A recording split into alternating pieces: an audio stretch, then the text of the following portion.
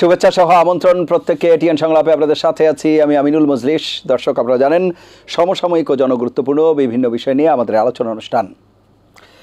অন্তর্বর্তী সরকারের মেয়াদ এবং কার্যপরিধি নিয়ে বিভিন্ন আলোচনা চলছে।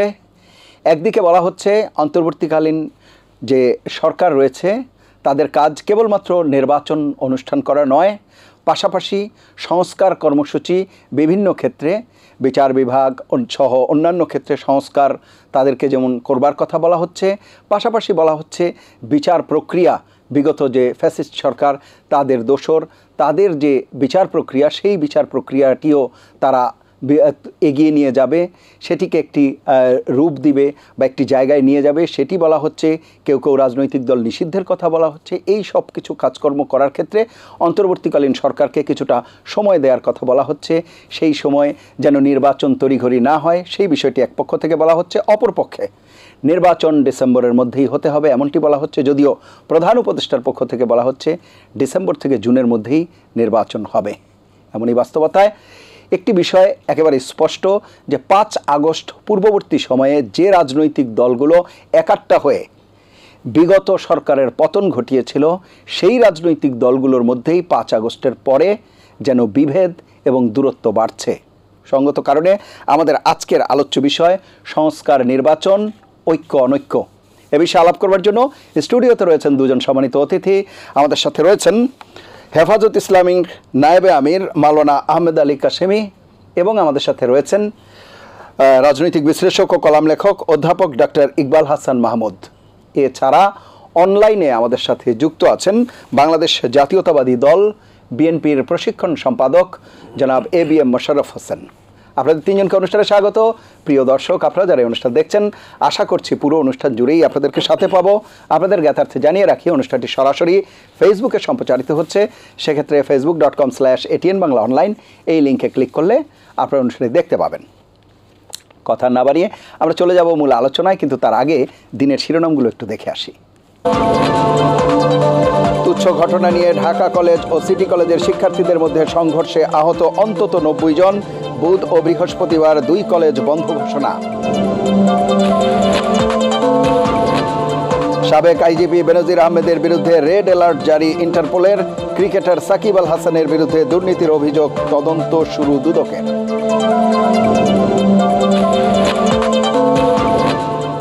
বিশ্বব্যাপী শান্তি ও স্থিতিশীলতা ছাড়া টেকসই উন্নয়ন সম্ভব নয়, কাতারে আর্থনা সম্মেলনে প্রধান উপদেষ্টা। বাংলাদেশ থেকে স্থায়ীভাবে 725 জন সেনা সদস্য নেবে কাতার। মানবিক দেশ ও সমাজ গড়ে তুলতে চায় বিএনপি, রংপুরের কর্মশালায় তারেক রহমান। প্রবীণতম 3 সদস্যের প্যানেল থেকে প্রধান বিচারপতি নিয়োগের সুপারিশ দলটির। এবং দেশের ইতিহাসে স্বর্ণের দামে রেকর্ড, একদিনের ব্যবধানে 2 দফা বেড়ে ভরি 1,77,888 টাকা। আমরা শিরোনাম শুনছিলাম, এবারে অনুষ্ঠানের আলোচনায় যাব, মূল আলোচনায়।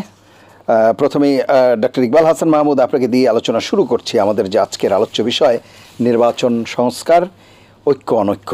প্রথমে আপনাকে ধন্যবাদ জানাচ্ছি এবং আমার সহ আলোচক মাওলানা কাশেমি সাহেব, আপনাকে আসসালামু আলাইকুম। এবং আমার সাথে যুক্ত আছেন আমার খুব একজন প্রিয় ভদ্রলোক, খুব সুন্দর করে কথা বলেন এবং একজন ভালো মানুষ, ভালো রাজনীতিবিদ, স্বচ্ছ রাজনীতিবিদ জনাব মোশাররফ হোসেন। আপনাকেও আসসালামু আলাইকুম।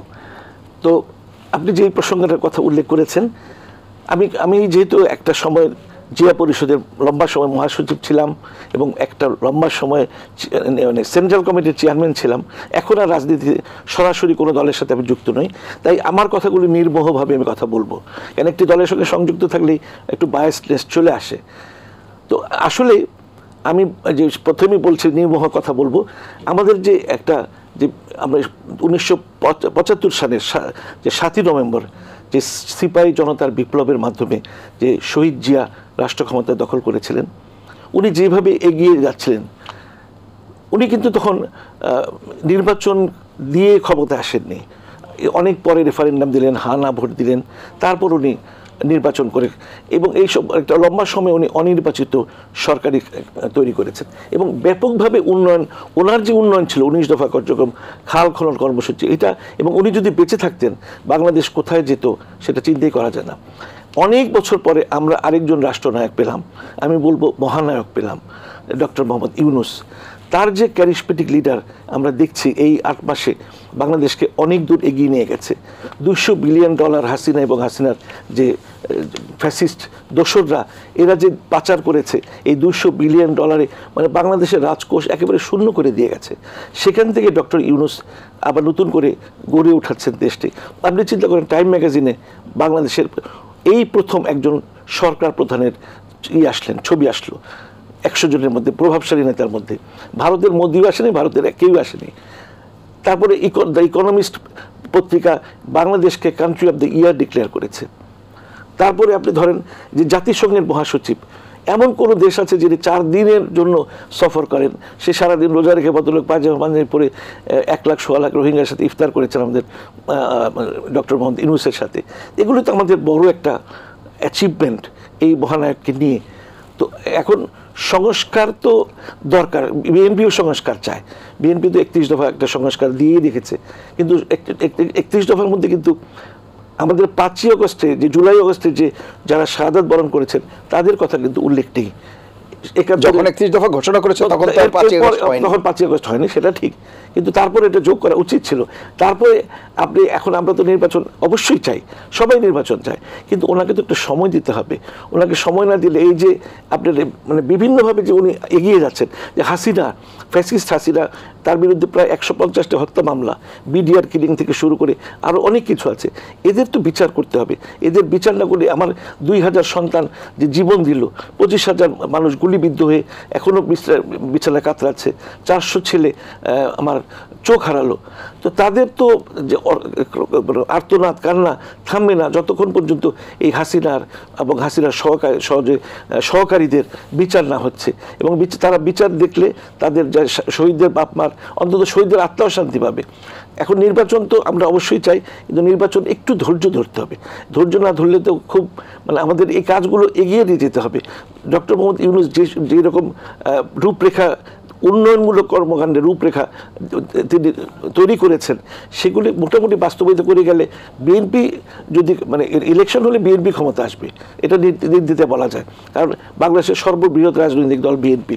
এখন বিএনপির জন্য সুবিধা হয়ে যাবে যদি ডক্টর মোহাম্মদ ইউনূস এই অর্থনৈতিক এবং কূটনৈতিকভাবে, আমি বলি যে জাতির কূটনৈতিক এবং অর্থনৈতিক অভ্যুত্থানের স্থপতি ডক্টর ইউনূস, ওনাকে দেশটাকে মানে গড়ে উঠালে যেভাবে উনি উন্নত করে ঋণ পরিশোধ করেছেন বহু টাকা, সমানে রেমিটেন্স আসছে, সারা বিশ্বে ওনার একটা গুণগান ছড়িয়ে পড়ছে, বাংলাদেশকে সারা বিশ্বের মানুষ চিনছে। এখন বিএনপির জন্য সুবিধা হয়ে যাবে দেশ পরিচালনা করার, কারণ তখন অর্থনৈতিক দুরবস্থা থাকবে না। এখন প্রচুর ঋণ আমাদের রয়ে গেছে, প্রচুর এই যে কর্ণফুলী টানেল করেছে, আরও সমস্ত লস্ট প্রজেক্ট, এগুলো টাকা যেভাবে টাকা আত্মসাৎ করেছে হাসিনা এবং হাসিনার ফ্যাসিস্ট দোসররা, এই টাকাগুলো ফেরত আনতে হবে। $200 বিলিয়ন মধ্যে যদি $100 বিলিয়ন আমরা আনতে পারি, তাহলেও তো আমাদের দেশ কোথায় উন্নতির একেবারে এশিয়ার মধ্যে একটা জায়ান্ট টাইগারে পরিণত হবে। আর কিছু সংস্কারের প্রয়োজন এই নির্বাচনের আগেই লাগবে। যেমন আমি একটা বলি যে এখন সর্বময় ক্ষমতা প্রধানমন্ত্রীর হাতে। প্রধানমন্ত্রী যদি রাতকে দিন বলেন, সেটাও একেবারে তার কথাই বেদবাক্য থাকবে, যেই প্রধানমন্ত্রী হোক। তারপরে আপনার একজন এর ক্ষমতার যদি ভাগাভাগি না হয়, কিছু রাষ্ট্রপতির কাছে ক্ষমতা ভারসাম্য যদি না করা যায়, তাহলে তো দেশ ওই যে কোনো প্রধানমন্ত্রী হোক, যে কোনো দলের, সে আবার ফ্যাসিস্ট হয়ে যায়। এটা আমরা দেখছি, হাসিনার বেলায় দেখছি, এরশাদের বেলায় দেখেছি আমরা। তারপরে দেশনেত্রীর সময় দেখেছি যে গণতন্ত্র ছিল, বেগম খালেদা যে গণতন্ত্র দিয়েছিলেন, গণতন্ত্রের একজন মানে মানুষকন্যা আমরা বলতে পারি। এছাড়া আরেকটা হচ্ছে 70 অনুচ্ছেদ যদি আপনি মানে এটা যদি বাদ না দেন সংবিধান থেকে, তাহলে এই এমপিরা হয়ে যায় কি কাঠের পুতুল। সংসদ নেত্রী প্রধানমন্ত্রী যে বিল অনুমোদন আনবেন সংসদে ওটা হা বলতে হবে, না করলে না বলতে হবে। তাদের কোনো স্বাধীনতা নাই, থাকবে না।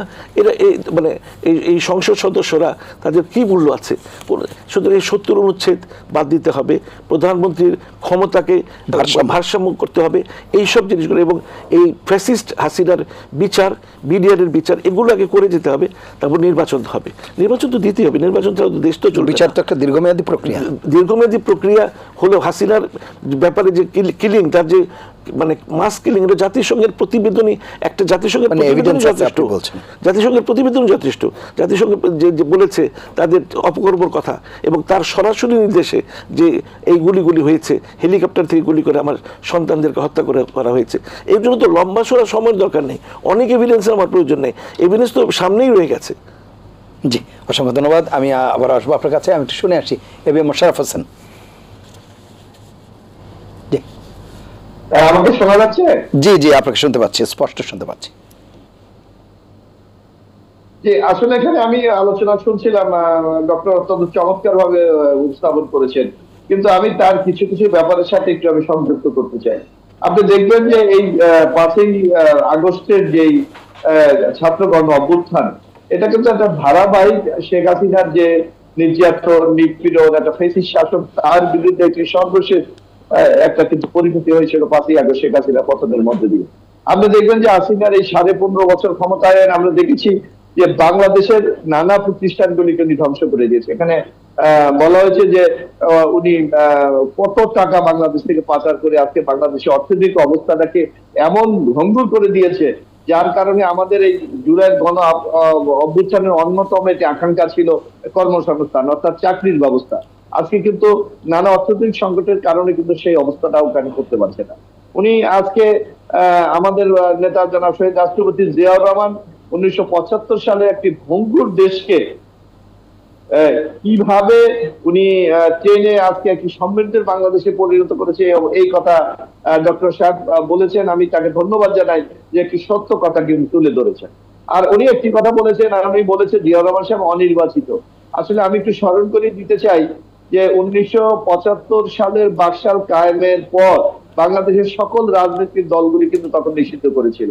বিশেষ করে 1975 সালে শেখ মুজিবুরকে হত্যাকাণ্ডের মাধ্যমে এই একদলীয় বাকশালকে কিন্তু তৎকালীন খন্দকার মোস্তাকিম বিলুপ্ত করেছিল এবং সংবিধানকে সাসপেন্ড করেছিল, যার কারণে বাংলাদেশে কিন্তু তখন কোনো রাজনীতিক করার মতো কোনো সুযোগ ছিল না। এমনি অবস্থায় জনগণের চাহিদার কারণে, অর্থাৎ 7ই নভেম্বর সেবাই বিপ্লবের জনতার মাধ্যমে কিন্তু জিয়াউর রহমানকে জনগণের ইচ্ছারই উনি কিন্তু রাষ্ট্রীয় ক্ষমতা নিতে বাধ্য হয়েছিল।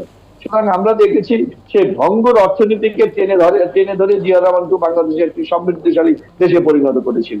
যে 1974 সালে যেখানে দুর্ভিক্ষে প্রায় 1.5 লক্ষ লোক মারা গিয়েছিলেন, 1977 সালে সেই বাংলাদেশ খাদ্যের স্বয়ংসম্পূর্ণতা অর্জন করে 1 লক্ষ টন চাল সেদিন কিন্তু আফ্রিকাতে সেদিন বাংলাদেশ রপ্তানি করেছিল। তারপর আপনি দেখেন আজকে বাংলাদেশ যেই অর্থনীতির ভিতের উপর দাঁড়িয়ে আছে, বিশেষ করে এই আমাদের গার্মেন্ট জিয়াউর রহমান সাহেব চালু করেছিলেন, জনশক্তি জিয়াউর রহমান সাহেব চালু করেছিলেন, আমাদের নেত্রী খালেদা জিয়া বহুদলীয় গণতন্ত্র দিয়ে মুক্ত বাজার অর্থনীতি চালু করেছিলেন, এবং সাইবুর রহমান বিএনপির অর্থমন্ত্রী যে ভ্যাট পরিবর্তন করেছিলেন, সেই ভ্যাটই হলো বাংলাদেশের অর্থনীতির একদম মূল একটি স্তম্ভ। সুতরাং আমরা মনে করি আজকে বাংলাদেশ যে সমৃদ্ধির দিকে এগিয়ে যাচ্ছে, এর মূল পিলারটা স্থাপন করেছিল বাংলাদেশ জাতীয়তাবাদী দল তথা আমাদের নেতা শহীদ রাষ্ট্রপতি জিয়াউর রহমান এবং খালেদা জিয়া। হ্যাঁ, এখানে কিছু কথা আছে যে আজকে বলা হচ্ছে জুলাই বিপ্লবের কিছু আকাঙ্ক্ষা আছে, যে বাংলাদেশটাকে যেভাবে ধ্বংস করে দিয়েছে শেখ হাসিনা, এই অবস্থা থেকে উত্তরণের জন্য আমাদের কিছু সংস্কার দরকার। কিন্তু সংস্কারের স্বীকৃত কিছু পন্থা আছে।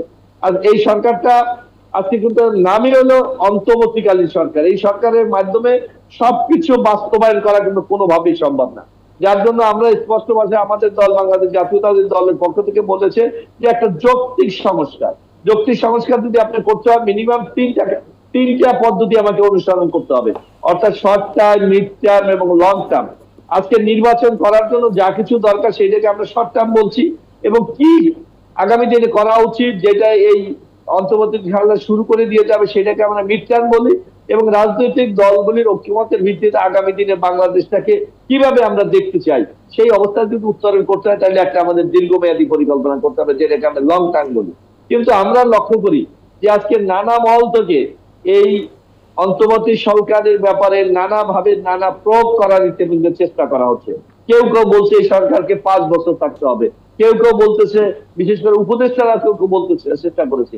কিন্তু সেই 5 বছর থাকার যদি চেষ্টা করা হয় তাহলে এই সরকারের যে উদ্দেশ্যটা সেটা কিন্তু ব্যাহত হবে। ইতিমধ্যে এই সরকারটা একটি কিন্তু নিরপেক্ষ সরকার বলে আমরা মনে করি, এবং ডক্টর ইউনূসের ন্যাশনাল এবং ইন্টারন্যাশনালি যে তার ইমেজ, আমরা মনে করি বাংলাদেশ জাতীয়তাবাদী দল মনে করে এর সাথে বাংলাদেশের ভাবমূর্তি জড়িয়ে আছে। ইউনূস সাহেব যদি ব্যর্থ হয় তাহলে আগামী দিনে বাংলাদেশ নানা প্রশ্নের সম্মুখীন হবে। যার কারণে আমরা চাই ইউনূস সাহেবের যে জনপ্রিয়তা, তার যে গ্রহণযোগ্যতা এবং এই 7-8 মাসে উনি যে নেতৃত্বের একটি দক্ষতা দেখিয়েছেন, এই অবস্থা থেকে বাংলাদেশটাকে এগিয়ে নিয়ে যেতে হলে এক খুব অল্প সময়ের মধ্যে জাতীয়তাবাদী দলের পক্ষ থেকে বলা হয়েছে ডিসেম্বরের মধ্যে যৌক্তিক সংস্কারের মাধ্যমে একটি নির্বাচন আয়োজন করা। আপনারা দেখেন নানা সংকট আমাদের বাংলাদেশে কিন্তু আছে, এটা এখানে দুজন সম্মানিত আলোচক আছে, তারা নিশ্চয়ই স্বীকার করবেন। আমাদের অর্থনৈতিক সংকট আছে, আমাদের আইন শৃঙ্খলা অবস্থার উন্নতি আমরা করতে পারছি না, সেই সংকট আছে। আগামী দিনে বাংলাদেশকে একটা স্থিতিশীল বাংলাদেশ তৈরি করার জন্য যে পদক্ষেপগুলি আমাদের নিতে হবে, সেগুলি যদি আমরা কাঙ্ক্ষিত ভাবে নিতে না পারি তাহলে বাংলাদেশ একটা কিন্তু চরম ঝুঁকির মধ্যে পড়ে যেতে পারে। তো সামগ্রিক অবস্থা বিবেচনা করে এই রাজনৈতিক দলগুলি যে আস্থা ডক্টর, আমি মনে করি সেই আস্থাটাকে সম্মান দেখিয়ে দ্রুত একটা সংস্কারের মাধ্যমে একটা নির্বাচনের ব্যবস্থা করলে আমার মনে হয় মানুষের কাঙ্ক্ষিত সেই স্বপ্ন আগামী দিনে আমরা বাস্তবায়ন করতে পারবো। একটু যোগ করব জনাব এবিএম মোশাররফ হোসেন, হ্যাঁ বলবেন আপনি। যে বিষয়টি এখানে উল্লেখ করা হয়েছে যে প্রধানমন্ত্রীর ক্ষমতার ভারসাম্য কিংবা 70 অনুচ্ছেদ, এইসব বিষয়ে কি এই সরকার, অন্তর্বর্তী সরকারের কিছু করবার রয়েছে বা আপনার কাছে কি মনে হয় এই বিষয়গুলো? আপনি দেখেন এগুলি হলো আমাদের সংস্কারে কিন্তু কিছু বিষয়রা আছে। একটা হলো যে এই সরকার নির্বাহী আদেশের মাধ্যমে কিছু সংস্কার করতে পারবে, যেগুলো সংবিধান পরিবর্তন করার কোনো প্রয়োজন নেই। কিন্তু আমরা কিছু কিছু বিষয় আছে যেগুলি সাংবিধানিক বিষয় জড়িত, যেগুলিকে যদি পরিবর্তন করতে হলে তাহলে পরবর্তী সংসদের মাধ্যমে অ্যামেন্ডমেন্ট করতে হবে। আমি আপনার যে দুটি বিষয় স্পষ্ট বলেছেন, মাননীয় প্রধানমন্ত্রী এবং রাষ্ট্রপতির মধ্যে ব্যালেন্সের ব্যাপারে কিন্তু বিএনপি স্পষ্ট ভাষায় বলেছে যে এই দুটি আমাদের সাংবিধানিক পদের মধ্যে এখানে ব্যালেন্স করা দরকার, এটা বিএনপি কিন্তু মনে করে। যার কারণে দেখবেন আমরা কিন্তু সুনির্দিষ্টভাবে কিছু প্রস্তাবনা করেছি, যেমন প্রধানমন্ত্রী মেয়াদ 2 টার্ম আমরা বলেছি যে একটা আপার হাউস তৈরি করতে হবে যার মাধ্যমে সংসদকে কার্যকরী করা যায়। এখানে আর্টিকেল 70 ব্যাপারে বলা হয়েছে, অনেকে বলে আর্টিকেল 70 কারণে সংসদকে কার্যকর করা যায় না। আমরা বিএনপি তথা এই বিএনপি জোটের পক্ষ থেকে স্পষ্ট ভাষায় বলা হয়েছে 4টি বিষয়, অর্থাৎ সংবিধান সংশোধন, আস্থা ভোট,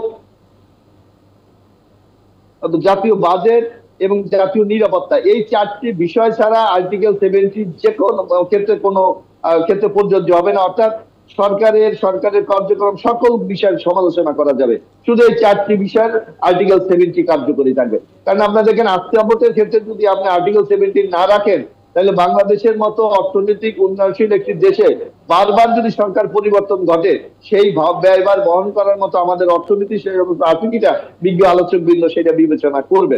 অন্যদিকে আপনি দেখবেন আমাদের বাংলাদেশের যে সংকটগুলি আছে, বিশেষ করে নির্বাচনী সংকট, সেক্ষেত্রে আমরা বলেছি যে দলীয় সরকারের অধীনে নির্বাচন হলে সেই বাংলাদেশের মানুষ তাদের ভোটের অধিকার প্রয়োগ করতে পারে না, তাদের নেতা নির্বাচন করতে পারে না। যার জন্য আমরা বলেছি কেয়ারটেকার ব্যবস্থা প্রবর্তন করতে হবে, যার মাধ্যমে একটা নিরপেক্ষ সরকারের মাধ্যমে নির্বাচন অনুষ্ঠিত হবে, যাতে বাংলাদেশের মানুষ তাদের নেতা নির্বাচন করতে পারে। সুতরাং নানা ক্ষেত্রে বিএনপি কিন্তু যে 31 দফা সংস্কার প্রস্তাব দিয়েছে, আজকে সেটা আমরা মনে করি সেটা বাস্তবায়নের মাধ্যমে বাংলাদেশকে একটি কল্যাণ, সাম্য, মানবিক মর্যাদা এবং সামাজিক সুবিচার নিশ্চিত করা যায় এমন একটি বাংলাদেশে রূপান্তরিত করা যায়।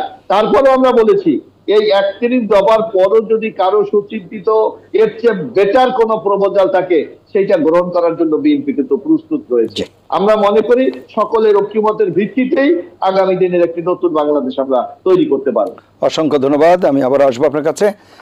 জনাব ইকবাল হাসান, একটু যোগ করবো এক মিনিটে মোশাররফ হোসেন সাহেবের সঙ্গে, যে আমি শহীদ জিয়ার ক্ষমতাকে, তার যে শাসনকালকে আমি কিন্তু অনির্বাচিত বলিনি। আমি প্রথমে যখন উনি রাষ্ট্রপতি হন তখন উনি অনির্বাচিত ছিলেন, তারপরে উনি হানা ভোটে রেফারেন্ডাম দিয়ে তারপরে উনি নির্বাচনে এসেছেন।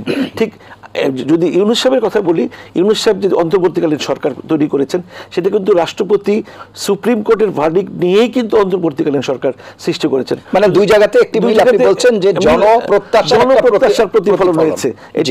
অসংখ্য ধন্যবাদ। আমি আবার আসবো আপনার কাছে। জনাব আহমদ আলী কাসিমি, যে বিষয়গুলো আলাপ হচ্ছে নির্বাচন সংস্কার, আপনারা সংস্কারের যে কার্যক্রম, সেখানে বিশেষ করে আমরা দেখেছি যে নারীর সংস্কার কমিশন, সেই জায়গাতে আপনাদের কিছু বক্তব্য রয়েছে, দ্বিমত প্রকাশ করেছেন। সার্বিকভাবে যে সংস্কারগুলো আপনারা দেখলেন, সেই জায়গায় আপনাদের মূল্যায়ন কি, সেটিও শুনতে চাই। বিসমিল্লাহির রহমানির রহিম। আজকের আপনার এই আলোচনায় দুইজন বিজ্ঞ আলোচক, এতক্ষণ তাদের বক্তব্য আমরা শুনছিলাম মনোযোগ দিয়ে। তো আমরা একটা হলো যে এখন বর্তমানে বাংলাদেশে যেই সরকার, অন্তর্বর্তীকালীন সরকার প্রতিষ্ঠিত আছে, আমরা একটা বড় ধরনের, আমাদের মোশাররফ ভাই বলছে একটা কথা যে দীর্ঘদিনই আমরা এই সরকারের বিরুদ্ধে 16 বছর, যেটা উনি বুঝাইলেন যে 16 বছরের আন্দোলন সংগ্রামের একটা প্রতিসমাপ্তি 5ই আগস্ট এটা ঘটছে। এটাকে একেবারে নাকচ করে দিচ্ছি না আমি, এটা অবশ্যই, কারণ এই দীর্ঘদিন পর্যন্ত বিভিন্ন জুলুমের শিকার বিভিন্ন দল হয়েছে এবং বিগত 15টা বছর 3টা নির্বাচন হইল, অনির্বাচিত, মানে কোনো নির্বাচন হয় নাই, মানে দেশের জনগণের কোনো তাদের রায় প্রতিফলিত হয় নাই, তারা ভোটাধিকার প্রয়োগ করতে পারে নাই। এত মানুষের ক্ষোভ ছিল, মানুষ মানে ঐক্যবদ্ধ ছিল একটা, মানে কোনো দলীয়ভাবে না, একেবারে দল ছাড়া গোটা জাতি এই সরকারের একটা বিদায় চাচ্ছিল, কিন্তু এটা হয়ে ওঠে নাই। যেভাবেই হোক, আমরা জুলাই আগস্টের এই অভ্যুত্থানে যারা নেতৃত্ব দিয়েছে এবং যাদেরকে আমরা সেই সময় সামনে পেয়েছি, আমরা পিছনের শক্তি ছিলাম, আমরা সেই শক্তিটাকে মানে স্বাগত জানাইতে চাই এবং তাদের এটাকে আমরা অবশ্যই এটা একটা ইতিহাসের অংশ হিসাবে তারা থাকবে, বাংলাদেশ যতদিন থাকবে আমি মনে করি। সুতরাং এখন কথা হলো যে এই সরকারের পরবর্তী সময় ডক্টর ইউনূসের মাধ্যমে অন্তর্বর্তীকালীন সরকার প্রতিষ্ঠিত হয়েছে। সেই সরকারটা আমরা আমি যেটা মনে করি যে এই সরকারটা আরও শক্তিশালী হইতো যদি আরেকটু হোমওয়ার্ক করে এই সরকারের উপদেষ্টা নিয়োগ করা হইতো, তাহলে এই সরকারের শক্তি পাইতো। মানে একদিকে অনেকটা একদিকের লোককে এখানে উপদেষ্টার মধ্যে আনা হয়েছে, সেটা ওনার হয়তো মনে করছে তারা তার কাছের মানুষ বা তার কথা শুনবে, এরকম কাজের সহায়ক হবে মনে করতে পারে। তো ডাক্তার ইকবাল সাহেব যেটা বলছেন, অবশ্যই এই কথা আমরা স্বীকার করি যে ডক্টর ইউনূসের মতো ব্যক্তি যদি এখন বাংলাদেশের যে হাল ধরার পরে যে সারা পৃথিবী জুড়ে তার যে একটা ব্যক্তিত্ব, বিভিন্ন জায়গায় তার যে একটা ব্যক্তিত্ব ফুটে উঠছে এবং সেটার মাধ্যমে বাংলাদেশের অনেক উপকার, এই পর্যন্ত তিনি অনেক ঋণও পরিশোধ করছেন যেগুলো বিগত সরকারে রেখে গেছে, এই কাজগুলো উনি করছেন। এবং স্বভাবতই এটা যদি আমি বলি যে মানুষের যে একটা মনোভাব, মানুষের মনোভাবটাও কিন্তু একটা সমর্থন, মানুষ কিন্তু এখন চায় যে আরও দীর্ঘদিন ডক্টর ইউনূসই ক্ষমতা থাকুক, এটা কিন্তু মানুষের মনোভাবের মধ্যে আছে। যদিও কোনো দল, সেটা তারা দেশের দল করে, রাজনীতি করে, দেশের কল্যাণের জন্য তারা কাজ করে, তাদের তো নিজস্ব একটা বক্তব্য থাকবেই। বিএনপি তার ভাবে তার সে বক্তব্য দেবে, অন্যান্য দলেরা তাদের নিজস্বভাবেই তারা বক্তব্য দিচ্ছে এবং বক্তব্যটা এখন আমরা যা দেখতে ডক্টর ইউনূস আর আমাদের অন্যান্য দলের বক্তব্যের একটা কাছাকাছি অবস্থান একটা আছে। তো উনি বলছেন যে 26শে জুলাইয়ের মধ্যেই একটা নির্বাচন উনি দিবেন, আর অনেকে চাচ্ছে যে এটা ডিসেম্বর বা উঠতে গেলে জানুয়ারি ফেব্রুয়ারির মধ্যে এই নির্বাচনটা হয়ে যাবে। ফেব্রুয়ারিতে তো রমজানই চলে আসবে, রমজানের আগেই বলা হচ্ছে, এটা অনেকে বলছে যে রমজানের পর হবে। এইটা যাই হোক, আমরাও চাই যে সত্যিকারের জনগণের ভোটাধিকার প্রয়োগের মাধ্যমে সত্যিকারের একটা সরকার এই দেশে প্রতিষ্ঠিত হোক, এটা জন আকাঙ্ক্ষাও আছে, কিন্তু মানুষের একটা অনেকের প্রতি একটা অনাস্থাও কিন্তু আছে এই অনাস্থাটা কিন্তু কাজ করতেছে। আপনারা যাই মনে করেন যে অনাস্থা, জি। যে আওয়ামী লীগ যেমনি ভাবে সে দেশ পরিচালনা করছে, শত দুর্নীতি এবং তার নেতা কর্মীকে আনকন্ট্রোল ভাবে তারা কাজ করছে। হ্যাঁ, মন্ত্রীরাও দুর্নীতিবাজ এবং তাদের নেতা কর্মীরাও দুর্নীতিবাজ। 1 টাকার কাজ করলে এরা 100 টাকার বিল করছে এবং সেটা তারা তাড়াতাড়ি বিল করে দিয়েছে। সব জায়গায় এই অবস্থা হয়েছে। যেই জন্য আপনারা দেখছেন যে বালিশ কিনতে কত টাকা লাগে, এগুলো তো আমাদের দেশে জানা আছে। জি। তো এই যে অবস্থাটা হয়েছে, এই জন্য মনে করতে হবে আমাদের বড় কিছু দলের নেতা কর্মীদের উপরে কিন্তু জনগণের একটা অনাস্থা আছে। আর এই আগস্ট বিপ্লবের পরে এই অনাস্থাটা তাদের বিভিন্ন কার্যকলাপের মাধ্যমে কিন্তু এটা প্রকাশ পেয়েছে। সেই জন্য জনগণ এই কথাটা বলতে। কোন ধরনের কার্যক্রম? চাঁদাবাজি, বিভিন্ন ঘাট হাট দখলবাজি, এগুলো তো আপনারা ইতিমধ্যেই দেখেছেন। এই যে এগুলা যারা করেছে তারা হয়তো মনে করছে যে আমরা ক্ষমতার কাছাকাছি, আমরাই ক্ষমতা। আমার ভাই বললো না যে নির্বাচন হইলে এটা স্বাভাবিক একটা সাইকোলজির কথা, এটা ধারণা, এটাই হইতে পারে যে এই ফলাফল হইতে পারে। কিন্তু এই ফলাফল কিছু মানুষ, তার দলীয় কিছু মানুষ মনে করে যে এটা হয়ে গেছি আমরা। এই যে হয়ে গেছি, জনগণের ব্যবস্থা নেওয়া, জনগণের ভোটের প্রয়োজন নাই, আমরাই মানে ওদের পরে আমরা ছাড়া আর কেউ নাই, এই অবস্থাটা যাতে না হয়। বরঞ্চ সঠিকভাবে ডক্টর ইউনূসের উদ্দেশ্যে আমরা একটা কথা বলতে চাই যে মানুষের যেমন একটা বড় আস্থা, দেশ বিদেশে আপনার প্রতি বড় আস্থা, বরং এই দেশবাসীও চায় এমন একটা আস্থাশীল নির্বাচন এই দেশের মানুষকে আপনি উপহার দেওয়া যান, যেটা চিরদিন মানুষ স্মরণ করবে। হ্যাঁ, এই নির্বাচন দেওয়ার আগে এখন এই যে সংস্কারের প্রশ্নটা তো কেন আসছে, যে এই নির্বাচনটা গতানুগতিক একটা নির্বাচন করে ক্ষমতার হাত বদল হইল, কিন্তু জনগণ কিন্তু আগের মতোই, মানে আগের ফ্যাসিস্টের মতোই যদি তারা শাসিত হয়, এটা তো জনগণ প্রত্যাশা করে না। এটা এই জায়গার মধ্যে কিন্তু এই জায়গার পরিবর্তন, এটা আমার বিএনপির বন্ধুরা বুঝুক আর না বুঝে, এই জিনিসটা কিন্তু পালস, এটা বুঝতে হবে আমাদের। একটু শুনে আসি, এটা বুঝতে হবে না, আমার কথা কিছু রয়ে গেছে, ঠিক আছে, ওনার কাছ থেকে করে আপনার এই প্রশ্নটা একটু আমি শুনে আসি। যে জনাব এবিএম মোশাররফ হোসেন, আপনি নিশ্চয়ই শুনছিলেন, আমার আর প্রশ্ন করবার হয়তো প্রয়োজন নেই, যেটি বলছিলেন জনাব আহমেদ আলী কাসেমি। না, আমি এখানে একটু কাসিম ভাইয়ের সাথে একটু দ্বিমত পোষণ করে আমি একটু বলছি যে জন আকাঙ্ক্ষা অনেক কিছু থাকে, কিন্তু আপনাকে একটা সাংবিধানিক কাঠামোর মধ্যে দিয়ে কিন্তু আমাদেরকে চলতে হচ্ছে। আজকে আমরা নামে দিয়েছি এই সরকারকে একটা ইন্টেরিয়াম গভর্নমেন্ট। আপনি দেখবেন, আপনার নিশ্চয়ই এখানে কাসিম ভাই মনে থাকার কথা, যখন 111 সরকার হয়েছিল তখন কিন্তু প্রথম 6 মাস ওই সরকারের জনপ্রিয়তা ছিল আকাশচুম্বী, কিন্তু নানা কর্মকাণ্ডে যখন তারা বিতর্কিত হতে থাকে, সর্বশেষ কিন্তু তাদেরকে অত্যন্ত ন্যাক্কারজনক ভাবে ক্ষমতা থেকে চলে যেতে হয়। এখানে আমরা একটা কথা স্পষ্ট ভাষায় বলে দিতে চাই, আমাদের ভারপ্রাপ্ত চেয়ারম্যান জনাব তারেক রহমান স্পষ্ট বলেছে যে ডক্টর ইউনূসকে কোনোভাবে ব্যর্থ হতে দেওয়া যায় না, কারণ ডক্টর ইউনূসের সাথে বাংলাদেশের ভাবমূর্তি জড়িত, আন্তর্জাতিক ভাবে ডক্টর ইউনূসের ভাবমূর্তি অত্যন্ত উজ্জ্বল বলে আমরা মনে করি। সেখানে বাংলাদেশে যদি এমন কোনো অবাঞ্ছিত পরিস্থিতি তৈরি হয় যা ডক্টর ইউনূসের ইমেজের উপর কোনো প্রভাব ফেলে, আমরা মনে করি সেটা আগামী দিনের বাংলাদেশের জন্য বিরাট ক্ষতির কারণ হয়ে দাঁড়াবে। যার কারণে আমি একটু সরি মোশাররফ ভাই, 1 মিনিট আমি জাস্ট খালি একটু যুক্ত করি। কাসেম ভাই কিন্তু সেটি বলছেন না যে নির্বাচন নিয়ে কোনো প্রশ্ন নাই, সেটি যথাসময়ে হতে হবে এবং নির্বাচিত সরকার আসতে হবে, কিন্তু বলা হচ্ছে যে নির্বাচনের মাধ্যমে ক্ষমতা বদল হলো ঠিকই, কিন্তু সিস্টেমটা যদি পুরাতনই রয়ে যায়। এবং সেই ইঙ্গিত দিতে গিয়ে উনি বলেছেন যে বর্তমান সময়েও যারা ক্ষমতার কাছাকাছি চলে যাচ্ছে বা চলে আসছে, সেরকম মনে করে অনেকেই এমন অনাকাঙ্ক্ষিত ঘটনা ঘটাচ্ছে বা জনদুর্ভোগের কারণ ঘটছে যেগুলোতে তাদেরকে আতঙ্কিত করে তুলছে। সেই ব্যাপারে আপনার বক্তব্য কি? না, এটা কাসেম ভাই এই যে উত্তরটাকে আমি শ্রদ্ধা জানাই, কিন্তু কাসেম ভাই একটু আপনাকে লক্ষ্য করতে হবে যে বিএনপি এই ব্যাপারে কি কার্যকরী ব্যবস্থা গ্রহণ করেছে। ইতিমধ্যে আপনারা দেখেছেন, আমরা যেথায় অভিযোগ উত্থাপিত হয়েছে অথবা কোনো ঘটনার সত্যতা পাওয়া গেছে, এর মধ্যে প্রায় 3,000 মতো নেতা কর্মীর বিরুদ্ধে আমরা শাস্তিমূলক ব্যবস্থা গ্রহণ করেছি। কাউকে বহিষ্কার করেছি, কাউকে কমিটি ভেঙে দেওয়া হয়েছে, কাউকে পদ স্থগিত করা হয়েছে, পদ থেকে অব্যাহতি দেওয়া হয়েছে। সুতরাং আপনাকে দেখতে হবে যে এই ঘটনা যখন সংঘটিত হয় সে ব্যাপারে দল কি পদক্ষেপ গ্রহণ করে অথবা আমাদের নেতৃত্ব কি পদক্ষেপ গ্রহণ করে। আমার মনে হয় সেই বিচারটা যদি আমরা করতে পারি নির্মোহভাবে, তাহলে মনে হয় সেই দলের উপরে। অসংখ্য ধন্যবাদ। আমি আবারও আসবো আপনার কাছে। জি মোশাররফ ভাই, জি মোশাররফ ভাই একটু যুক্ত করবেন, বলেন।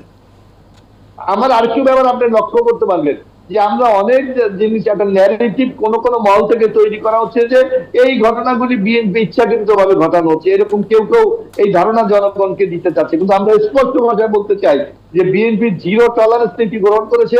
সুতরাং কোন নৈরাজ্য, কোন অপরাধের ব্যাপারে বিএনপি কোনোভাবে ছাড় দিচ্ছে না, বরং কঠোর পদক্ষেপের গ্রহণের মাধ্যমে এই বার্তাটাই আমরা দিতে চাই যে কেউ যদি অন্যায় করে তাকে আমরা অপরাধী হিসাবে চিহ্নিত করতে চাই, দলের লোক হিসাবে নয়। জি জি আমি একটু কথা বলি, সেটা হলো যে মোশাররফ ভাই খুব সুন্দর বলছেন, ওনার এই সব কথাগুলোকে আমি গ্রহণ করি, এটা ভালো কথা। কিন্তু একটা কথা আপনারা ইতিমধ্যে আপনাদের একটা জিনিস খুব লক্ষ্য করতে হবে যে ইতিমধ্যেই দুর্নীতিবাজ বা ফ্যাসিস্ট সরকারের অনেক লোক রাতারাতি তারা বিএনপি হয়ে গেছে এবং বিএনপির বিভিন্ন জায়গা তারা দখল করে আছে। বিভিন্ন জায়গা এগুলো বিভিন্ন সময় পত্রপত্রিকা আপনি যদি দেখেন, স্থানীয়ভাবে বড় লিডারের কথা আপনি না বলেন, তারা স্থানীয়ভাবে বিভিন্ন এলাকা ভিত্তিকভাবে কিন্তু তারা এখন আর আওয়ামী লীগ নাই, তারা কিন্তু বিএনপি হয়ে গেছে। এবং পরোক্ষভাবে এই দেশে বা বিভিন্নভাবে একটা চাপ যে বিএনপি মনে হয় যে ক্ষমতার কারণে, মানে হাসিনা যেমনিভাবে পরোক্ষভাবে ভারতের সাথে সে তো গোলামি চুক্তি করে বিভিন্নভাবে আছে, এই প্রতিবেশীর সাথে ভালো সম্পর্ক রাখতে গিয়া খুব ডাইরেক্ট না ইনডাইরেক্ট কোনো একটা সম্পর্ক তারা ভারতের সাথে রাখছে, এইটারও কিন্তু একটা আশঙ্কা দেশের মধ্যে তৈরি হয়েছে।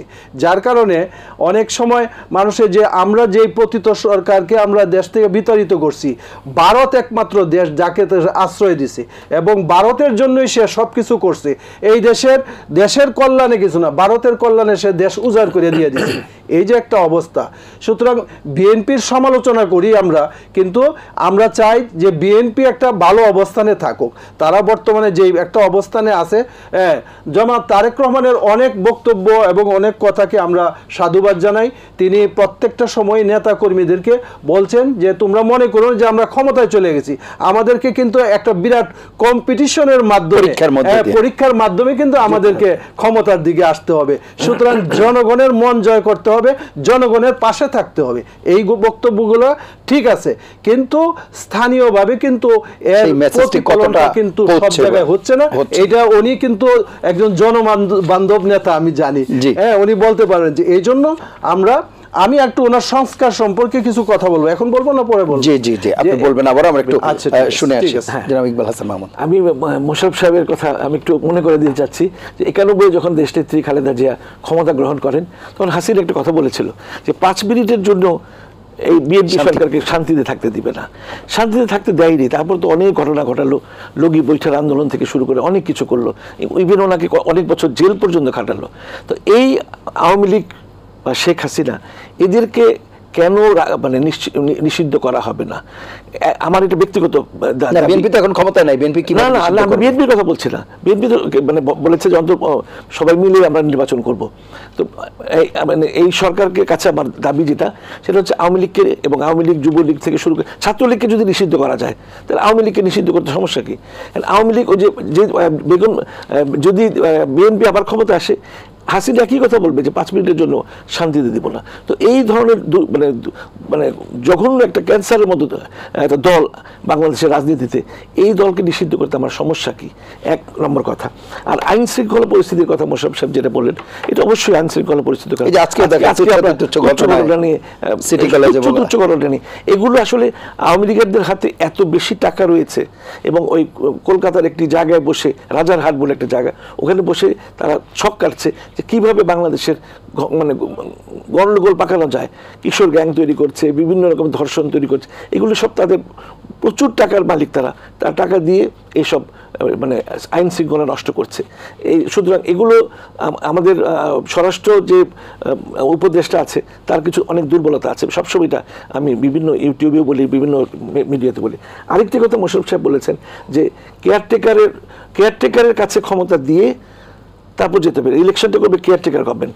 তো আমরা কি জানি, সংবিধান যদি আমরা মানি, এখনকার যে সংবিধান, তাহলে একটি নির্বাচিত দল কেয়ারটেকার সরকারের হাতে ক্ষমতা দিয়ে তারা বিদায় নেবে, যেটা শাহাবুদ্দিন সাহেবের কাছে দেওয়া হয়েছিল, যেটা হাবিবুর রহমান চৌধুরীর কাছে দেওয়া হয়েছিল, বা এরকম লতিফুর রহমান সাহেবের কাছে দেওয়া হয়েছিল। কিন্তু এই সরকারকে তো না, আমার মনে হয় এই সরকারের কথা উনি বলেননি। না, আমি বলতেছি, আমি যোগ করছি, এই সরকার তো নির্বাচিত না। এই সরকার কিভাবে কেয়ারটেকার সরকারের কাছে ক্ষমতা দিবে? এখন তাহলে এই সরকারকে নির্বাচিত বলে মেনে নিতে হবে, বা একটা উপায় খুঁজে নিতে হবে যাতে করে নির্বাচন এই সরকারই করবে। নির্বাচন এই সরকারই করবে। এই সরকার না, বিএনপির দাবি যে একটা কেয়ারটেকার গভর্নমেন্টের কাছে ক্ষমতা দিতে হবে, তারা নির্বাচন পরিচালনা করবে, এক নম্বর কথা। আরেকটা আমি একটা স্মৃতি বলতে চাই যে সম্ভবত 10ই অক্টোবরে যে ঢাকায় মহাসমাবেশ বিএনপি করেছিল, আমিও এখানে দেখতে গিয়েছিলাম। তো কিন্তু মহাসমাবেশ যখন সাউন্ড গ্রেনেড ফোটালো, যখন একটা টিয়ার গ্যাস মারলো, মুহূর্তেই 10 লক্ষ মানুষ কোথায় উধাও হয়ে গেল। কেন উধাও হলো? ওই দিনই তো একটা গণ অভ্যুত্থান হতে পারত, কারণ সেখানে আবু সাইদের মতো কেউ ছিল না। আবু সাইদ যেমন বুকের রক্ত, বুকে হাত টেনে বুকের গুলি ধারণ করেছে, গুলি খেয়ে আবার হাত বাড়িয়ে দিয়েছে।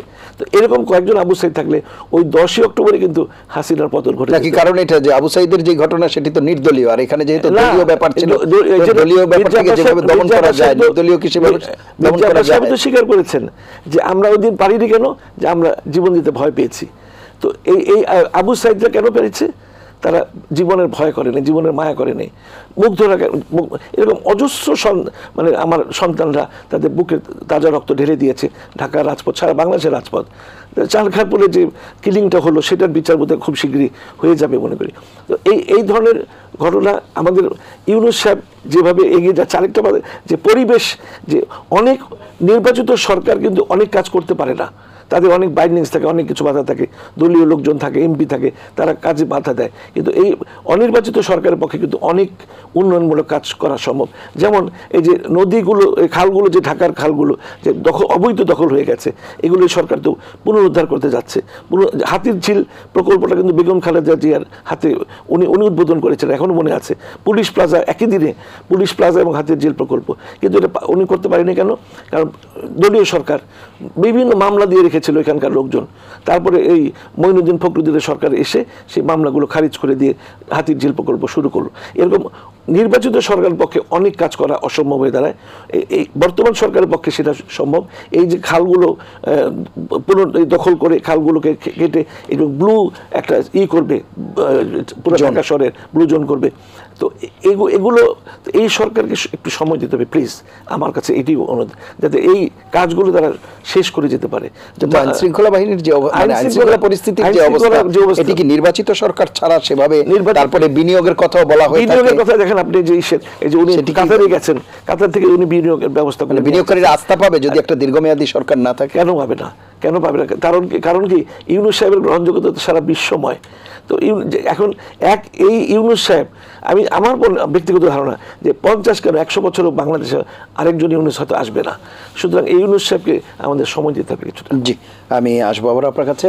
আমরা এবিএম মোশাররফ হোসেন আপনার কাছে যাব, তার আগে আমি একটু জনাব আহমদ আলী কাসেমি আছেন, তার কথা শুনবো। জি জি আমি বলতে চাই যে এই ভাই ডাক্তার ইকবাল হাসান মাহমুদ ভাই যেটা বললেন, এটার সাথে আমি একটা একমত যে বর্তমানে আওয়ামী লীগ যে অপরাধ করেছে, এই 15-16 বছরে তো খুন, গুণ, আয়নাগর পরে জুলাই আগস্টে আমাদের নিরহ ছাত্রদেরকে যেভাবে পাখির মতো গুলি করে মেরেছে, তাই না? এবং এটার কারণে যেটা বললেন যে ছাত্রলীগকে যদি নিষিদ্ধ করা যায়, আওয়ামী লীগকে কেন নিষিদ্ধ করা যায় না? আরেকটা বলি যে বিচার হওয়ার আগ পর্যন্ত আওয়ামী লীগ এই দেশে যাতে নির্বাচন না করতে পারে। এখানে আরেকটা জিনিস দেখেন, আমরা কিন্তু বিএনপিকে আরেকটা জিনিস লক্ষ্য করছি যে তারা চায় আওয়ামী লীগও নির্বাচনে আসুক। এই জিনিসটা কিন্তু জনগণ চায় না। জনগণ চায় না যে এই আওয়ামী লীগ আবার নির্বাচন। আওয়ামী লীগ, ইকবাল ভাই সঠিক বলে যে আওয়ামী লীগের হাতে এখন যেই পরিমাণ টাকা পয়সা আছে, এরা তো ওইগুলো জমা করছে দেশে বিদেশে বিভিন্ন জায়গায়, তাদের নেতা কর্মী সবার হাতে কোটি কোটি টাকা তাদের হাতে আছে। এরা যদি মনে করেন নির্বাচনে অংশগ্রহণ করার এই মুহূর্তে সুযোগ পায়, তাহলে দেখবেন যে তারা অন্তত 100 আসন তারা ক্রয় করে ফেলবে। 100 আসন তারা ক্রয় করে ফেলবে, তারা যে কোনো প্রকারে। এই জন্য আপনি দেখছেন যে আমাদের কিছু মন্ত্রী যারা এখন জেলে আছে তারা মানে কি ধরনের উদ্ধত্তপূর্ণ ব্যবহার করে নির্বাচনে অংশ নিতে চায়, দেখায়া দিব বা বিভিন্ন রকম তারা কালকে শাহজাহান খান বলেছে যে নির্বাচনে অংশ নিতে চায়, অংশ নিতে চায়। তাহলে এদের হাতে রক্ত, তাদের নেত্রী তাদেরকে রাইকে পালায়া গেছে, দিল্লিতে তারা আশ্রয় পাইছে। এখন দিল্লিতে বৈশা চোখ আঁকতেছে যে বাংলাদেশকে র তো আছেই, মানে কিভাবে অতিষ্ঠিত করা যায় এই কাজ। সুতরাং এই ব্যাপারে কিন্তু আওয়ামী লীগের উপরে কেন জানি বিএনপির একটু মায়া, তাদের যে নরম ভাব চাচ্ছে, এবং তারা যেভাবেই বলুক এটা কিন্তু যে আমরা নরম, আওয়ামী লীগও নির্বাচনে আসুক, তারাও একটা দল হয়ে আমরা আরেক দলকে নিষিদ্ধ করতে পারি না, বা এই ধরনের বক্তব্য তারা দিতে চায়। যেই দল গণহত্যার সাথে জড়িত, যেই দল মনে করেন গণহত্যা তো একটা চালাই নাই তারা, আমাদের সেনাবাহিনীদের উপরে তারা মানে বিডিআর গণহত্যা করছে, শাপলা চত্বরের গণহত্যা করছে, খুন গুম তো আছেই, এই সব কিছু করছে। এবং আপনাদের কাছে বলি, আরেকদিন আমি বলছি যে আমার নিজের ছেলে যার বয়স ছিল 23, সেও 2013-তে গুম হয়ে আছে, মানে এখন পর্যন্ত আসে নাই। তো এই যে একটা অবস্থা, এই অবস্থাতে বিএনপির যে কিছুটা আগলা দরদ এবং বিএনপির কিছু নেতা আমরা খুব তাড়াতাড়ি নির্বাচন করে ফেলানোর তড়িঘড়ি নির্বাচন, হ্যাঁ নির্বাচন আমরা চাই, কিন্তু তড়িঘড়ি না, এবং যেই সংস্কারগুলো না করলে ভবিষ্যতে স্বৈরাচার তৈরি হয় সেই সংস্কারগুলো করতে হবে।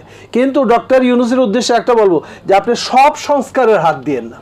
উদাহরণস্বরূপ দেখেন যে আমাদের সংবিধানের 18 অনুচ্ছেদের মধ্যে আছে যে জনস্বাস্থ্য ও নৈতিকতা, এইটার কি করতে হবে যে প্রতিদ্বন্দ্বিতা ও জুয়া খেলা বিরুদ্ধে রাষ্ট্র কার্যকর ব্যবস্থা গ্রহণ করবে, এটা কিন্তু আমাদের সংবিধানে আছে। অথচ তিনি একটা নারী কমিশন তৈরি করছেন, আর তাদের যে রিপোর্টটা দিছে এই রিপোর্টটার উপরে আজকে সারা দেশ কিন্তু আমাদের হেফাজতে ইসলামের পক্ষ থেকে আগামী 3 তারিখ রিপোর্টের কোন কোন জায়গায় আপনাদের রিপোর্টের কোন জায়গায় সবচেয়ে বড় একটা জায়গা হলো যে কোরআনের মধ্যে যেই পদ্ধতিতে নারী এবং পুরুষদেরকে যে মিরাসের যে পদ্ধতি বলে যে এটার মধ্যে এখনো বৈষম্য করা হয়েছে। তাহলে আমরা তো তাহলে সম্পদ বন্টনের যে কোরআন যেই নীতি, আমরা মুসলমান হিসাবে বলি যে কোরআন, এটা আমি দীর্ঘ সময় আলোচনা করতে পারবো, কারণ কোরআন কেন মেয়েদের থেকে ছেলেদেরকে ডাবল দিছে এবং মেয়েরা কোন কোন জায়গাতে পায় এগুলো ব্যাখ্যায় এখন নাই গেলাম, একটু সংক্ষেপে যদি বলেন দর্শকদের উদ্দেশ্যে। দর্শকদের যে মেয়েরা তো মনে করেন সে বাপের মিরাস পায়, স্বামীর মিরাস পায়, তাই না, কিন্তু খরচের বেলায় কিন্তু তার কিছু না, তাদের কোনো খরচ নাই। এখানে বাপের ঘরে খাইলো, তারপরে স্বামীর এখানে দায়িত্ব শরীয়তে দিছে যে তোমার যত খোরাকি বা তার যা লাগে একটা মেয়ের সবকিছু দিতে হবে তার, আর এর পরবর্তী সময় তাকে কি করতে হবে, খরচ নাই। এইটার একটা বৈজ্ঞানিক আছে যে আল্লাহ পাক এই জন্য ছেলেদেরকে দিছে বেশি, তাদের খরচ অনেক বেশি, মেয়েদেরকে এক এক জায়গার থেকে দিছে, ঘরে গিয়ে দেখবেন যে তাদেরও সে তার বেশি হয়ে যায়। তো এই জন্য এখন কত হলো, তাহলে কি কোরআন শরীফের পরিবর্তন করতে হবে, মিরাসের পরিবর্তন করতে? আরেকটা জঘন্য কথা যেখানে বলা হয়েছে পতিতাবৃত্তি ও জুয়া খেলা, এটা নিরোধ করতে হবে, রাষ্ট্র এই জন্য কার্যকর ব্যবস্থা গ্রহণ করবে, এটা আছে সংবিধানে। আর এই নারী কমিশন তারা বলছে যে পতিতাদেরকে যৌনকর্মী হিসাবে তাদেরকে শ্রমিকের মর্যাদা দিতে হবে। এটা লজ্জাস্কর একটা কথা যে আমরা এই দেশ, আমি তো মনে করি যে আপনারা কিছু মহিলা এই দেশের সকল মহিলাদেরকে লজ্জিত করছে, অপমানিত, সকল মহিলারা এখানে লজ্জিত হয়েছে। সুতরাং উনি কমিশন করতে গিয়া এই ধরনের সব কমিশন দরকার ছিল না আমি মনে করি। সুতরাং এই যে এই কমিশন, আমাদের এখন কমিশন দরকার যেগুলা, সেটা হলো যে রাষ্ট্রীয় ক্ষমতায় মানুষ যাতে তাদের পেশি শক্তি ব্যবহার করতে না পারে, তাই না, টাকার খেলা যাতে নির্বাচনে না হয়, নির্বাচন কমিশনকে শক্তিশালী করতে হবে, এই সমস্ত পদক্ষেপ নিয়ে অনেক আগাইতে হবে। আর দেশের আইন শৃঙ্খলা যাতে ঠিক থাকে, যে কদিন উনি ক্ষমতা থাকবেন। আমি দেখি যে পতিত স্বৈরাচার কয়েকদিন গেল না, এনে 2000-এর মতো মানুষকে হত্যা করলো, হাজার হাজার মানুষকে পঙ্গু বানায় গেল, চোখ হারাইলো, আর এখনই তারা মিছিল করে দৌড়ায়া, আর আপনারা তাদেরকে ধরতেও পারেন না, বিভিন্ন জায়গায় তারা মিছিল কেন? আমাদের কথা হলো যে এরা তো এখন পর্যন্ত অনুতপ্ত না, যে এদের উপরে কোনোদিন ক্ষমাও চায় পায় নাই। দুঃখ প্রকাশ করে। হ্যাঁ, এবং তারা এখন পর্যন্ত দাবি করতেছে যে শেখ হাসিনা হলে এই দেশের বৈধ প্রধানমন্ত্রী। হ্যাঁ, কিভাবে বৈধ প্রধানমন্ত্রী? 2014-তে তোমাদের কেউ ভোট দেয় নাই, 18-তে তোমাদের কেউ ভোট দেয় নাই, জনগণ ভোট কেন্দ্রের কাছেও যায় নাই, দিনের ভোট হওয়ার আগে রাত্রে তোমাদের বাক্স ভরে গেছে, রাতে হয়ে গেছে। এইগুলা কি বৈধ প্রধানমন্ত্রী? এই সমস্ত এই যে কয়েকটা নির্বাচন যেগুলো করছে, এখন তো আমি মনে করি যে এই সরকার যে কোনো আইনের মাধ্যমে এই সমস্ত নির্বাচনকে অবৈধ ঘোষণা করা হোক। এই নির্বাচনী কাজে যারা ছিল, হ্যাঁ, এবং এই নির্বাচনের যারা সহযোগিতা করছিল তাদেরকে এখন তো চিহ্নিত আছে, তাদের বিচার করতে হবে।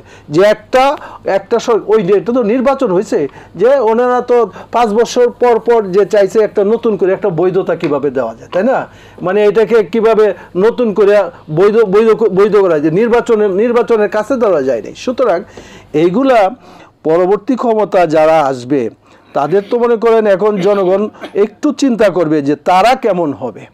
এই যে তারা কেমন হবে, আপনারা যদি জনগণের পাশে না থাকেন, মানুষের বর্তমান মানুষ কি বলতে চায়, মানুষের অভিপ্রায় কি, সেটা যদি আপনারা জনগণের পালসটা না বুঝতে পারেন, তাহলে আপনারা দেশ পরিচালনা করে জিয়াউর রহমানের কথা বলেন, আপনার বিএনপি জিয়াউর রহমানের কথা বলে, আমি তো ওই যে জিয়াউর রহমান যেই ত্যাগ এবং যেইভাবে জনগণের সাথে মিশছিল, বিএনপিকে এইভাবে মিশতে পারছে।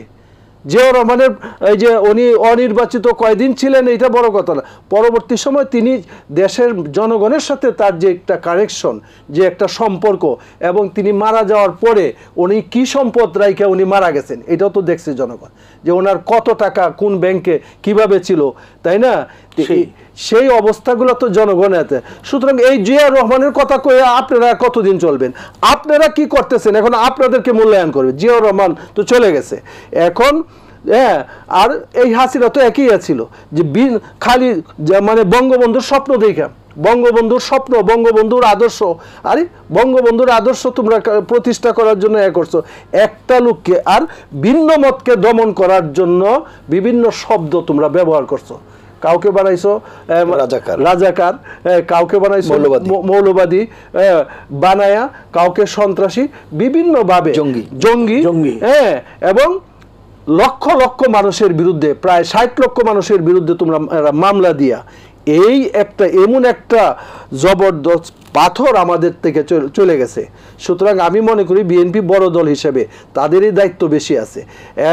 ওই যারা ছাত্ররা কাজ করে তাদেরকে আমি বলি যে তাদের সাথেও এখন আমাদের দরকার সমস্ত দল মিলে, মানে এই দেশে ক্ষমতায় যেই যাক, কিন্তু দেশটা যাতে ভালোভাবে, সুষ্ঠুভাবে, সুন্দরভাবে পরিচালিত হয়, এই জন্য কিন্তু আমাদের সবার দায়িত্ব কিন্তু বিএনপির উপরে অনেক বেশি। সুতরাং শুধু খালি ডক্টর ইউনূসকেও আমি বলি না দাঁড়াওভাবে সব সংস্কারে হাত দিবেন না, তাহলে এই সমস্ত সংস্কার করতে গিয়ে অনেক ভুল হবে, প্রয়োজন নাই। প্রয়োজনীয় সংস্কার শেষে একটা সুষ্ঠু সুন্দর নির্বাচন। আমি আবার আসবার চেষ্টা করবো আপনার কাছে। ডক্টর ইকবাল হাসান মাহমুদ, যে কথা বলা হচ্ছে যে সব সংস্কারে হাত দিলে সেই সমস্যা, তো আমার মাওলানা কাশ্মীর ভাইয়ের কথাগুলো খুবই ভালো লেগেছে, খুব সুন্দর করে উনি বলেছেন, যে মহিলাদের ব্যাপারে অনেক কথা বলেছেন।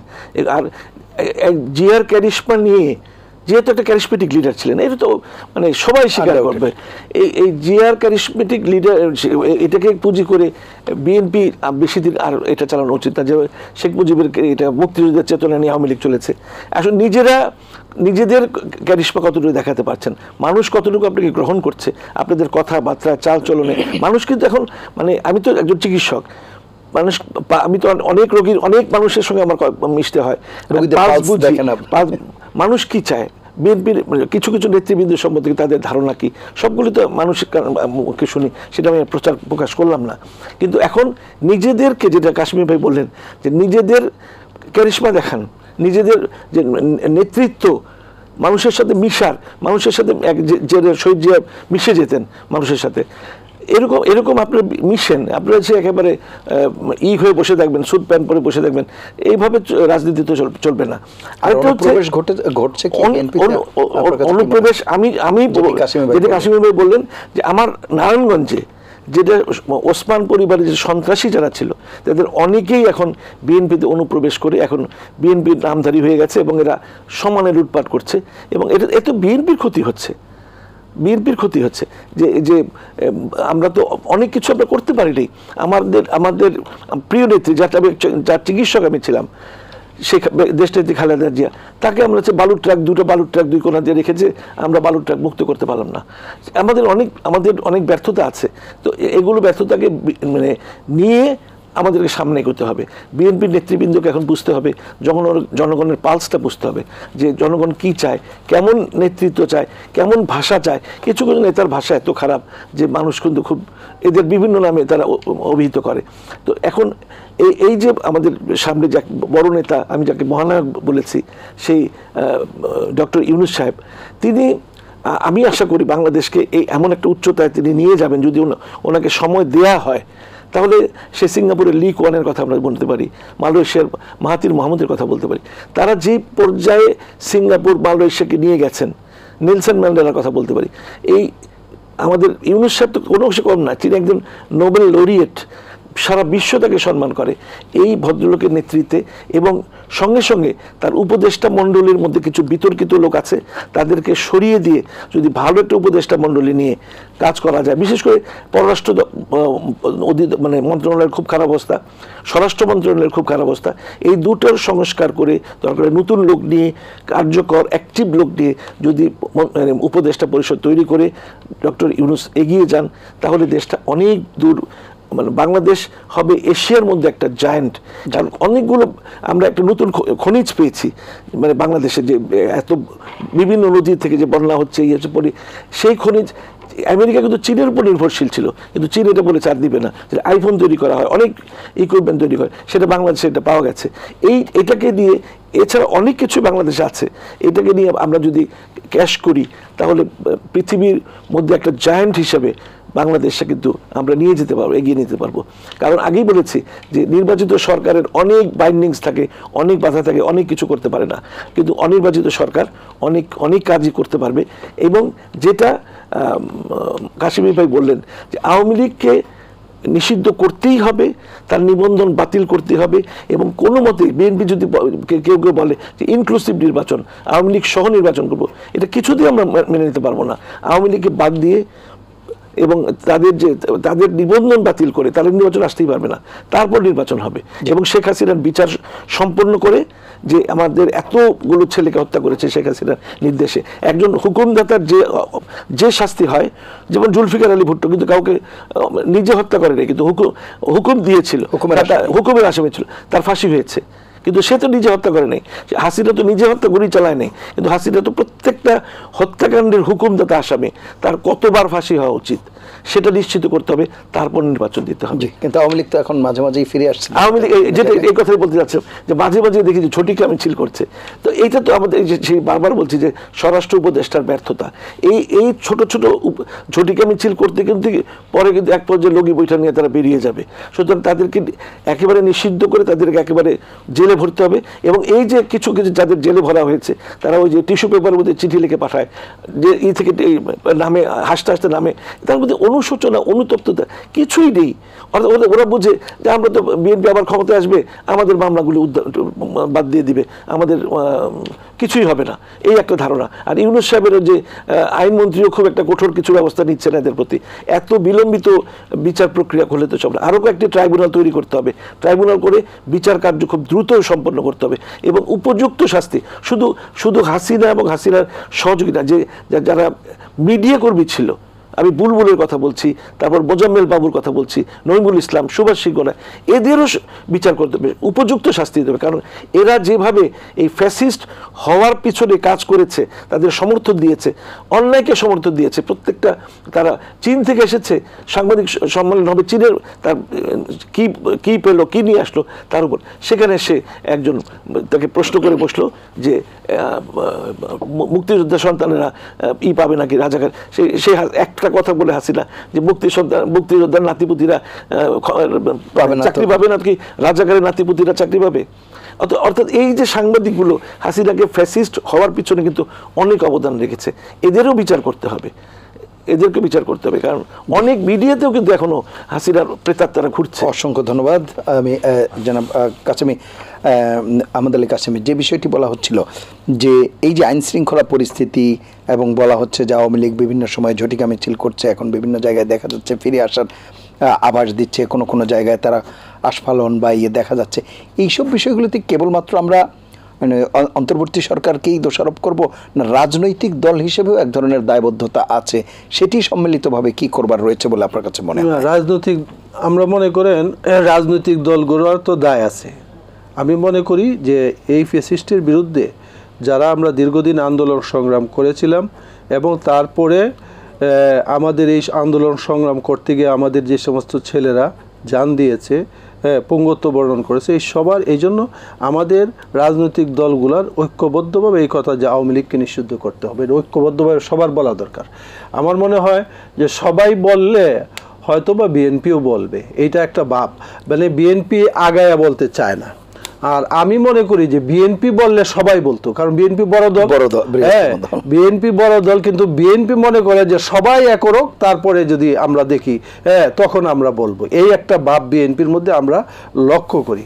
কিন্তু দেখেন এতগুলা বিচার নিশ্চিত, এখন পর্যন্ত তারা মনে করতেছে যে এই যে কোর্ট কাছারি কয়দিন ঘুরবো টুরবো আইনজীবীর, তারপরে আমাদের লোকরা যখন ভালো হয়ে যে ভাই যেটা বলে যে লোকি বইটা লইয়া বাইর হয়ে যাবে, একসময় তো আওয়ামী লীগ রাস্তায় বাইর হয়ে যাবে, আইন শৃঙ্খলা যদি কঠোরভাবে তাদেরকে দমন না করে। এখন হ্যাঁ আমরা এখন যেহেতু তারা নিষিদ্ধ দল না, সুতরাং তাদের তো মিটিং মিছিল করার অধিকার থাকবে।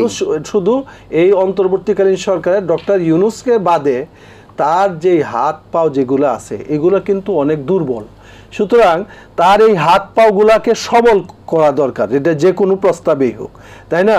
তার হাত পাগুলা শক্তিশালী না হইলে সে কাজ করতে পারতেছে না, সে একা কত কাজ করবে, তাই না? এই সব সময় এইটা যাতে না হয়। এই দেশে হয়েছিল কি আগে ছিল যে একজন মাত্র মন্ত্রী ছিল, আর বাকি কোনোটা মন্ত্রী ছিল না, সে জি হুজুর ছিল, ঠিক কয় ভাই, যে একটা মাত্র মন্ত্রী ছিল, হ্যাঁ সেটাই ছিল একজন পুরুষ, এটা হলো শেখ হাসিনা, কথা বুঝছেন? এছাড়া আর কেউ পুরুষ ছিল না, স্যার বলতে, হ্যাঁ এছাড়া আর কেউ ছিল না। সুতরাং এখন এরকম হবে কেন? ডক্টর ইউনূস তো আছে, কিন্তু প্রত্যেকটা আপনি যে বলে আইনমন্ত্রী কি করতেছে, আইনমন্ত্রী কতটুকু অ্যাডভান্স হয়েছে, তার কাজের হিসাব দেখুন এই কয়েক মাসে, প্রত্যেক মাসে কতটুকু ডেভেলপ। তোমরা যে সংস্কার, এইটা কিন্তু আমার একটা কথা যে সংস্কার একবারে যেটাকে বলা হয় যে কোনো সীমা নাই সময়ে, এটা তো হইতে পারে না।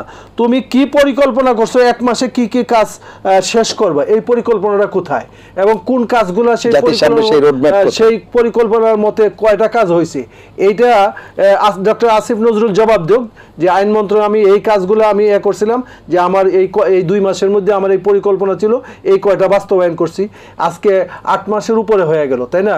পরিকল্পনা কতটুকু করছেন, বাস্তবায়ন কতটুকু হয়েছে, এই যে পরিকল্পনা আর বাস্তবায়ন গতানুগত কিছু সময় যাবে, এই কথার সাথে আমরা একমত না যে লিমিটেড থাকতে হবে, একটা লিমিটেশন থাকতে হবে, কত দিনের মধ্যে আপনি এই কাজগুলো পারবেন। তারপরে যদি এইভাবে যদি প্রত্যেকটা মন্ত্রণালয়ের কাজ হইতো, আপনার আইন শৃঙ্খলার নিয়ে কয়টা মিটিং হয়েছে, যে কেন আইন শৃঙ্খলার অবনতি হইতেছে, কেন, কোন জায়গায়, কিভাবে, এই সরকার কি জানে না? পুলিশ এখনো কেন সক্রিয় হয় না? এইগুলা নিয়ে তো আমাদের চিন্তা করতে হবে। যদি এইভাবে চিন্তা না করি তাহলে এক সময় হবে কি, বেশি সময় নিতে গিয়ে ডক্টর ইউনূসের সরকার দুর্বল হয়ে যাবে। এই দুর্বলতাটা হয়ে গেলে কিন্তু আরো এই যে এই সরকারকে কোনোভাবেই আমাদের অকেজু করা যাবে না, তার মাধ্যমে আমাদের কাজ শেষ করতে হবে।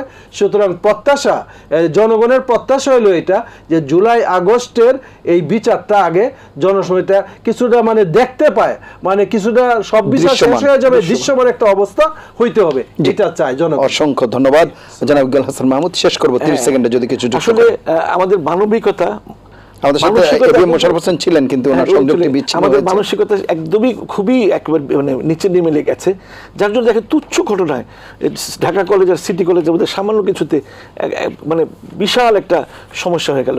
তারপরে যে ডক্টর মোহাম্মদ ইউনূস ক্ষমতায় আসার পর থেকে কতগুলো সমস্যা উনি ফেস করছেন, এই যে দাবি দেওয়া, ব্যাটারি চালিত রিক্সা, শ্রমিক, তারপরে শ্রমিক অসন্তোষ, এগুলো হিমশিম খেয়ে যাওয়ার কথা, কিন্তু উনি কিন্তু সব সাকসেসফুলি সবগুলো বিট আপ করেছেন উনি, এবং আশা করি আমি সমস্যাগুলো আসবে, তবে সেই ক্ষেত্রে রাজনৈতিক দলগুলোর একটা সহযোগিতা, অবশ্যই সহযোগিতা। অসংখ্য ধন্যবাদ আপনাদের অনুষ্ঠানে অংশ নেওয়ার জন্য। প্রিয় দর্শক, এই ছিল আজকের এটিএন সংলাপ। পরবর্তী অনুষ্ঠান দেখার আমন্ত্রণ জানিয়ে বিদায় নিচ্ছি।